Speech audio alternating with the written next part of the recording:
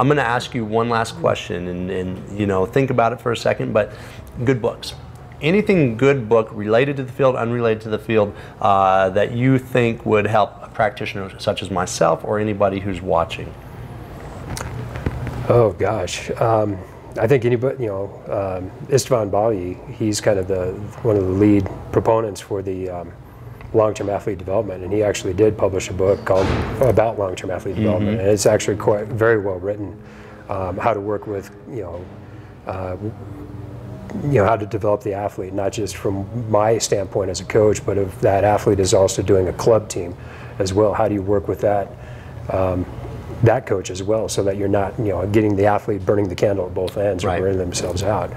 The Aspen Institute, I think, did a fantastic little leaflet, and I wish I could remember the name of it, or not necessarily a leaflet, but it's about a 20-page guide on the new playbook for developing kids. So I think it's like $10 at the Aspen Institute, and I get nothing from them. Nothing from them. But Rick Howard actually turned me onto that one, and it's like, wow, this is really good. It takes the whole performance pyramid, turns it on its side. So again, trying to get the kids active. So what if they don't choose to do competitive sport?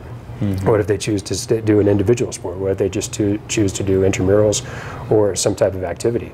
That's fine. I don't want a kid who goes to a birthday party and because they have a volleyball net set up in the backyard, no, I can't do that because I'm not good at that. No, I want them to feel, yeah, I did this in PE class. I learned how to do this. So, the whole competitiveness aside and the whole athletic side of it is like, you know what, get out there and play too. Stay active, because that, I still see the shelf life of an athlete is about 8 to 12 years, and if we can do anything to expand that, they're going to be, it's their health for the rest of their life too, and I think that would carry over. You're still on the hook here. I told you that was the last question, but I have another one. When I was in elementary school, I remember what I looked forward to most was intramurals. And you just touched on it, but intramurals, I was like, I cannot wait for after school, because we're playing pin guard today, and my gym teacher, when I was in elementary school, Mr. Buffo, I still remember him. He still had a huge impact on me, but I remember, he would set up these games for us, 45 minutes, after school, we would be playing these games, and it was awesome, competition, but I remember you would look forward to these games. Do you guys implement a lot of intramurals after school, or how does it work?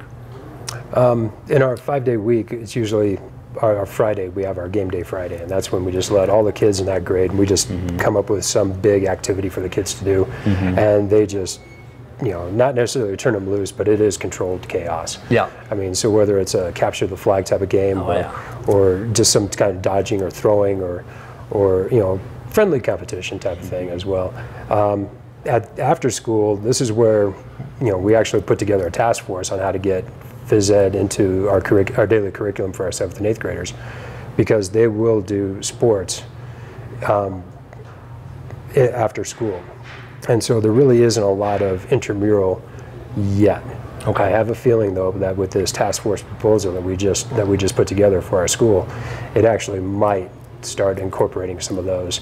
We're piloting some things. Like I did a sports conditioning clinic after school. I had about 25 kids show up for that, which was the biggest I've ever had.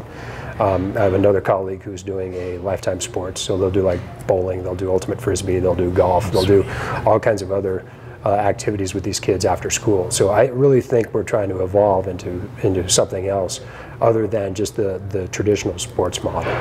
And I think it is really awesome. I'm pretty excited about it. Well, good for you, and I just want to, thank you for stopping by today, but also thank you for doing what it is that you do to allow me to get these athletes who are already, set with a solid foundation. So thank you very much. Oh, thank you for having me. I appreciate the opportunity, and I do need help, so I can't just do it alone. I mean, we have the thing with that Aspen Institute, one of the things we're saying is that we're actually seeing a decrease in kids participating in organized sport. And if there's anything that we can do, whether it is just drop out for interest or anything else, if there's anything that we can do to keep these kids active for their lifetime, I think it's going to be huge. Absolutely. Absolutely. But